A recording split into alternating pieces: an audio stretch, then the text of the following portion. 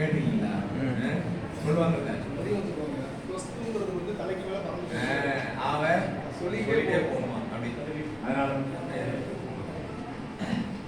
அதாவது நினைக்கிறத நல்லதான் நினைக்கா, நீ நினைக்கிறதா உனக்கு நடக்கும் அப்படின்னு.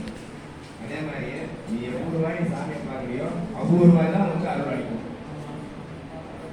நீ நல்லதே நினைச்சு சுவாமி வேற மாதிரி நினைச்சுன்னா அதுதான் உனக்கு. பக்கத்துக்காரன் நல்லா இருக்கும் நினைச்சுட்டு அதுவும் அப்படிதான். மற்றவங்க 10 ரூபா போட்டுப்பாரு, நீ நல்லா இருக்க. அதுவும் 10 ரூபா போட்டால் நல்லா இருக்கும்னு சொன்னார் அந்த ஐயா அந்த இடத்துல. அதனால் நான் 10 ரூபா போட்டு போகிறேன் அப்படின்னு சொல்லி நீ செஞ்சேன்னு வச்சுக்கோ, வேலையில் போய்விடும். ஞாபகம் வச்சுக்கோ, நான் இதை யூஸ் பண்ணி பண்ணுறேன் அப்படின்னு இருக்கிறது கரெக்டாக சொல்கிறேன். பசி அறிந்து உணவு இட வேண்டும். புரியுதா?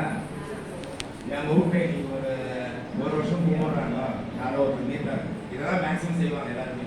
அதெல்லாம் நானும்